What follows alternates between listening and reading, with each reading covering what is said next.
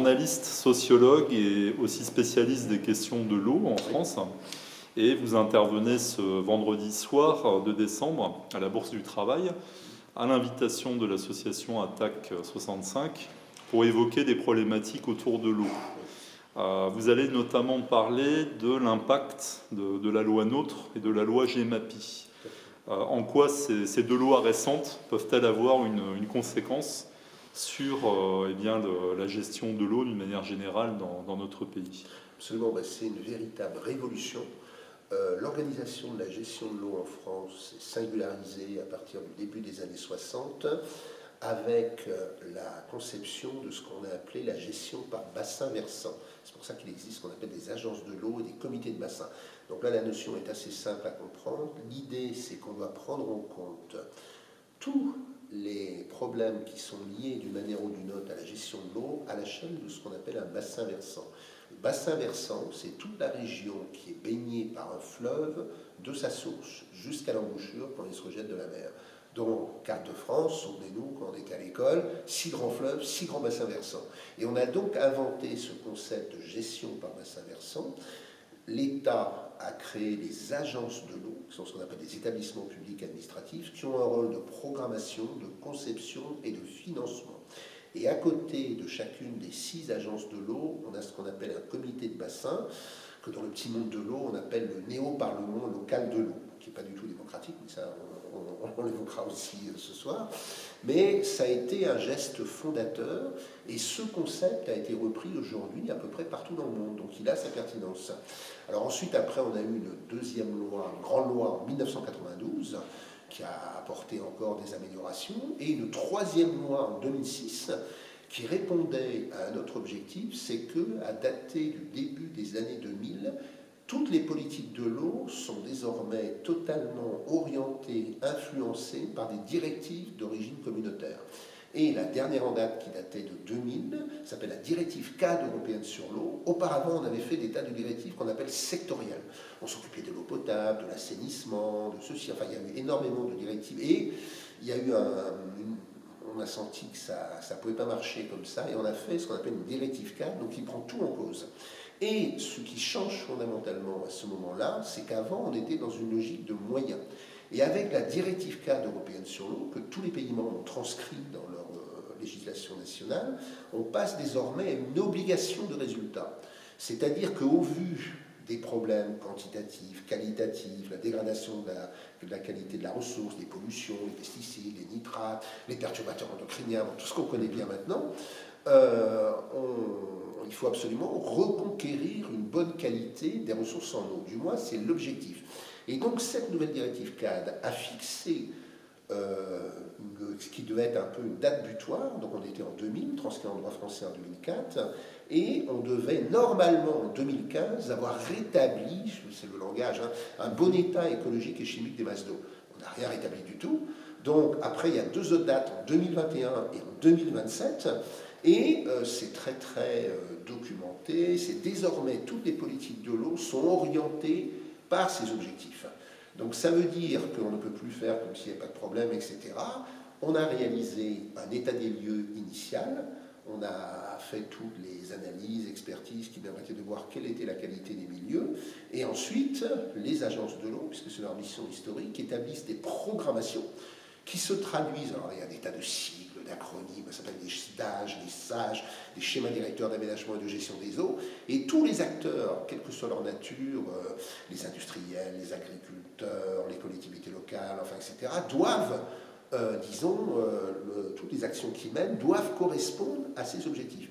Mais le drame, c'est qu'il y a un gap, une différence énorme entre un peu cette fabrication administrative, ces montagnes de papier, parce qu'il y a des rapports, des dossiers, des enquêtes, à n'en plus finir, mais on se rend compte que sur le terrain, c'est beaucoup plus difficile de mettre en œuvre ces programmes, parce qu'on se heurte à, par exemple pour l'agriculture, un modèle agricole productiviste, qui utilise beaucoup d'intrants, produits phytosanitaires, etc., à un modèle d'irrigation, par exemple, qui s'est développé, c'est très sensible dans le sud-ouest. Et donc là, on a une forme de conflit entre les objectifs qui nous sont assignés par la réglementation et la réglementation venant d'Europe, et donc les pratiques agricoles, aménagement du territoire. On voit la question des inondations qui devient de plus en plus prégnante aujourd'hui.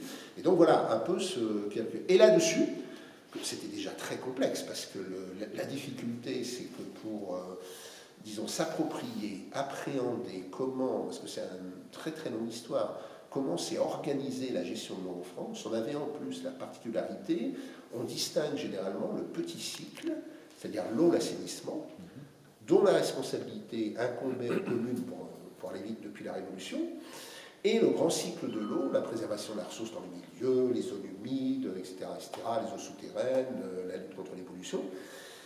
Et donc, pour le petit cycle, on était une véritable exception dans l'espace européen. C'est-à-dire qu'il y avait quasiment autant de services que de communes. Et par rapport à l'échelle européenne, c'est absolument invraisemblable. Et jusqu'à aujourd'hui, on avait, personne ne sait exactement d'ailleurs, mais si on y ajoute l'assainissement non collectif, donc eau, assainissement et assainissement non collectif, près de 34 000 services. Alors ça ne veut pas dire qu'il y avait un service par commune, c'est plus complexe que ça. C'est en fait, quand on regarde, disons, comment c'est organisé techniquement, par exemple, quand vous faites de l'eau potable, vous allez pomper l'eau soit en rivière, soit dans des nappes souterraines. C'est un maillon technique, et ça peut être un service en soi. Ensuite, vous fabriquez de l'eau potable, la potabilisation, ça peut être un autre service. Ensuite, vous la transportez, vous la stockez et vous la distribuez. Donc, pour l'eau potable, on a en gros 5 segments techniques. Et dans la construction historique très ancienne, qui a commencé au XIXe siècle, il y a eu des syndicats techniques qui ont existé bien avant la première phase de décentralisation 80-83. Donc on avait au total 34 000 services, dont certains les plus petits, dans un petit village par exemple de 200-300 habitants. On a une adduction d'eau, soit on l'achète chez le voisin, soit on a un peu d'eau, on chlore un petit peu et ça va. Et pour l'assainissement, une vieille steppe, etc. Bon, aussi longtemps que la question de la dégradation des ressources, qui est apparue très clairement dans les années 80, c'est pas si vieux que ça, la prise de conscience, les analyses qu'on a fait, etc., on s'est rendu compte d'une situation très critique. Avant ça, avant cette prise de conscience, finalement, on pouvait se satisfaire de procédés rustiques, pas très élaborés, il n'y avait pas vraiment d'enjeux sanitaires. Mais là, ce qui s'est passé, c'est qu'on a une course de vitesse terrible, parce que la dégradation des ressources se fait à une vitesse phénoménale, pour des tas de raisons, pollution d'origine agricole, pollution industrielle, ce qu'on appelle maintenant des nouveaux risques émergents pour la santé, les perturbateurs endocriniens, les effets cocktails, etc. etc. Et donc, face à ça, on découvre, parce qu'on cherche, les procédés s'améliorent, il y a des recherches qui sont faites et tout ça, et dans le même temps, il y a toujours cette course-poursuite, parce que la réglementation ne va pas assez vite. Et donc, petit à petit, là-dedans, s'est imposée l'idée, et à juste titre d'ailleurs, qu'on ne peut pas conserver cet émiettement, mais sans commune mesure. Donc on avait 34 000 services en France. En Angleterre, qui a tout privatisé sous Thatcher, il y en a 14. Aux Pays-Bas, il y en a 700. En Allemagne, pour des raisons historiques de gestion par les Länder, il y en a 14 000, mais moins la moitié de nous. Et au Portugal, il n'y en a plus que 700 maintenant. Donc c'est vraiment, on est dans un pas qui n'est pas du tout cohérent avec la mise en œuvre maintenant de nouvelles politiques européennes. Et donc par rapport à ça, là la période dans laquelle on est rentré, c'est pour ça aujourd'hui il y a un nouvel enjeu qui se pose aux collectivités locales, à tous les acteurs de l'eau et dont les usagers vont subir les effets, si j'ose dire, à la faveur de l'acte que les gouvernements successifs de M. Hollande, Jean-Marc Ayrault, puis Manuel Valls ont appelé l'acte 3 de la décentralisation, puisqu'il y avait eu, on s'en souvient, 82-83, les lois historiques de faire la décentralisation en France, davantage de pouvoir aux collectivités locales, un premier recul de l'État. Il y a eu ensuite, alors on peut en passer, mais la loi Chevènement aussi en 99, et donc là, ont été votés successivement dans la période récente, en 2014 puis en 2015, des lois d'une ampleur considérable. Donc il y a la loi MAPTAM qui a créé les métropoles, il y a la loi qui a créé les super-régions, et il y a la loi NOTRe qui s'est fixée comme objectif à la fois de supprimer les syndicats techniques historiques qui s'étaient développés, mais déjà dès le début du XXe siècle. Et dans le domaine de l'eau et de l'assainissement, au-delà des compétences qu'exerçaient les communes ou des regroupements de communes, des Comcom, etc., il y avait par exemple 2100 syndicats pour l'eau, 2300 syndicats pour l'assainissement. Donc la feuille de route de la loi NOTRe c'est de liquider le maximum de ces syndicats, d'en finir avec la gestion purement communale et d'organiser des regroupements forcés. Ce qui fait qu'aujourd'hui, dans chaque département, vous allez avoir 7, 10, 12, 15, voire ce qu'on appelle les EPCI, des établissements publics de coopération intercommunale, dont la carte est dessinée par le préfet dans chaque département. Donc c'est un processus qui a beaucoup interpellé, mobilisé les élus. Et on va regrouper, en essayant d'avoir des territoires un peu homogènes, sur un étiage d'au moins 15 000 personnes. Donc c'est un bouleversement absolument considérable, parce que pour l'eau et pour l'assainissement, notre héritage historique, c'était cette gestion communale qui datait de la Révolution. Et là, en l'espace de 3 ou 4 ans, donc quelque chose qui s'est construit depuis 2 siècles, adieu, parce qu'en 2020, le nombre de services d'eau et d'assainissement va être divisé par 10. Donc c'est absolument mais considérable. Et alors ça pose des problèmes mais énormes, parce que je prends un exemple, un nouvel EPCI à fiscalité propre. Là, vous en avez certainement dans votre département. Donc avant, vous aviez 4 ou 5 communautés de communes, 2 communautés d'agglos, la plus grosse, la ville-centre, la préfecture par exemple, encore quelques petites communes isolées, mais pas beaucoup, et 5, 10, 20, 30 syndicats. Alors, ça vaut pour l'eau, l'assainissement, les déchets, etc., etc. Et là, d'un coup, hop, de manière très très rapide, les préfets ont reçu ordre, au titre de la loi NOTRe, d'élaborer un schéma départemental de coopération intercommunale. Donc il y a une carte qui a été présentée en octobre 2015. Il y avait un premier avis qui devait être donné en décembre, puis en mars, et en juin, les schémas ont été arrêtés. Et au 1er janvier prochain, au lieu d'avoir, comme précédemment, dans un département, 40, 50 communautés de communes, d'agglos, etc., on se retrouve avec un rétrécissement terrible. Et par rapport à l'eau et à l'assainissement, ça pose des problèmes énormes aux collectivités locales, puisque si on prend l'exemple d'une petite commune qui gérait bon an, mal an, voilà, un peu la bonne franquette, si j'ose dire, son service, on va donc transférer les compétences qui étaient exercées par 15, 20, 30 acteurs, communes, communautés de communes, syndicats, et cette compétence, désormais, va être regroupée au niveau du nouvel EPCI, qui va avoir du 1er janvier prochain à 2020, 3 ans seulement, pour reprendre toute cette compétence. Mais la difficulté de la reprise de cette compétence, vous avez donc dans la corbeille, là, du mariage, si j'ose dire, vous avez des bons élèves et des mauvais élèves. Et paradoxalement, les mauvais élèves, c'est ceux, par exemple, où on avait des petits services gérés en régie ou en DSP et tout, où l'eau n'était pas chère, mais où on n'avait pas fait les investissements. Il y a une station d'épuration qu'il va falloir refaire, il faut refaire des châteaux d'eau, etc., etc. Et vous avez des services à côté, mais ça, c'est toute l'histoire de chaque service, et ça, c'est très important, dont les élus ont pris des bonnes décisions au bon moment, ont travaillé, etc. Et donc là, c'est véritable, c'est souvent très conflictuel, puisque l'héritage commun, désormais, il y a les bons élèves, les mauvais élèves. Vous prenez tout ça, vous le mettez dans un service élargi, plus complexe aujourd'hui. Mais ce qui veut dire qu'en quelques années, il faut déjà réaliser un état des lieux. Et sur les plans techniques, sur le plan juridique, sur le plan financier, voir s'il y a des emprunts, voir le prix de l'eau, etc., etc. Et il faut se projeter, mais jusqu'à il y a 10 ans, par exemple, pour organiser une remise à niveau globale afin qu'il n'y ait pas de disparité très forte entre chacun des services. Puisque comme c'est la nouvelle interco qui va devoir exercer ses compétences à la place des communes, on ne peut pas conserver 6 ou 7 politiques différentes, avec différents niveaux d'investissement, différents prix de l'eau, etc., etc.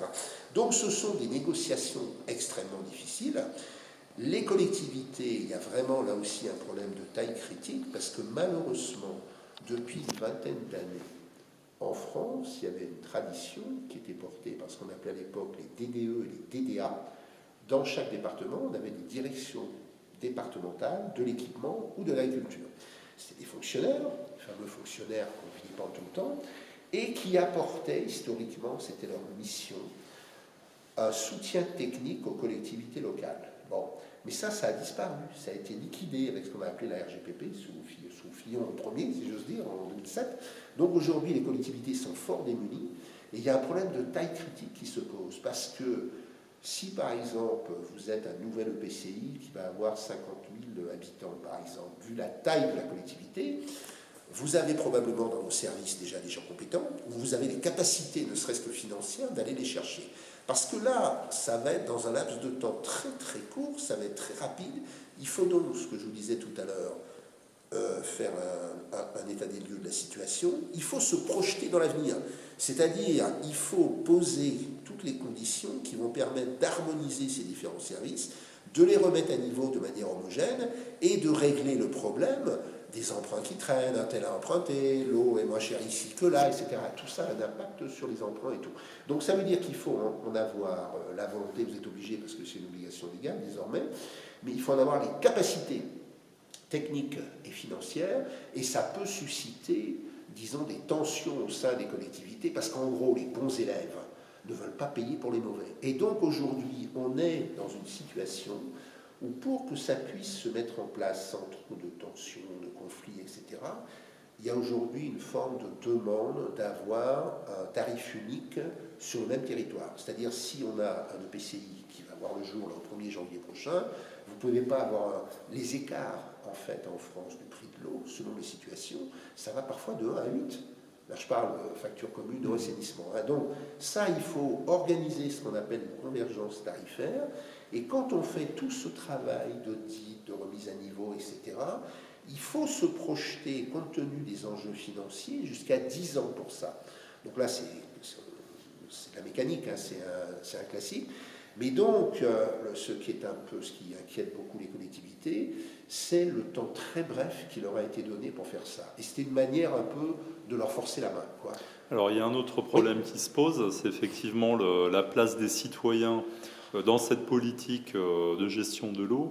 Est-ce qu'aujourd'hui les citoyens qui sont des consommateurs, des usagers de l'eau, sont associés à ces prises de décision? Est-ce qu'ils ont un moyen ou un autre de peser sur ces orientations-là aujourd'hui? Très peu, malheureusement. Alors, c'est une question qui suscite énormément de débats depuis fort longtemps. Et toute la complexité de l'organisation de la gestion de l'eau, au niveau national, vous avez 7 ou 8 ministères. Vous avez les agences de l'eau, vous avez les services de l'État, vous avez des institutions spécialisées, et vous avez donc sur le territoire toutes ces collectivités qui sont en charge de la partie eau assainissement, et à partir aussi de l'année prochaine de la lutte contre les inondations. C'était une compétence nouvelle qu'on appelle GEMAPI, qui a fait partie là, du bloc Loi NOTRe, MAPTAM, etc. Et là, le problème, c'est forcé de constater que la place qui est accordée aux citoyens là-dedans, c'est vraiment réduit à la portion congrue. Alors, il y a un dispositif qui avait été adopté au début avec la loi de 92, c'est ce qu'on appelle des CCSPN, des commissions consultatives des services publics locaux. Alors, dans chaque collectivité d'une certaine taille, il y a une obligation de constituer cette commission qui n'a qu'un rôle consultatif, qui sera informée de toutes les décisions de la collectivité en la matière. Alors, par exemple, tous les contrats de délégation de services publics filés au privé pour l'eau, l'assainissement, les déchets, le chauffage, la propreté, tout ce que vous voulez, doivent leur être soumis pour avis. Mais ce n'est qu'un avis consultatif. Et, d'une part, c'est le président de la collectivité qui décide qui va participer à cette collectivité, ce qui n'est pas un gage forcément de diversité dans la représentation. Et au-delà, c'est un rôle purement consultatif. Et à plusieurs reprises, il y a eu des tentatives d'évolution réglementaire, parce qu'il faut savoir qu'aujourd'hui, si c'est un EPCI, par exemple, l'obligation ne joue qu'à partir de 50 000 habitants. Donc vraiment, en dessous, il n'y a pas d'obligation.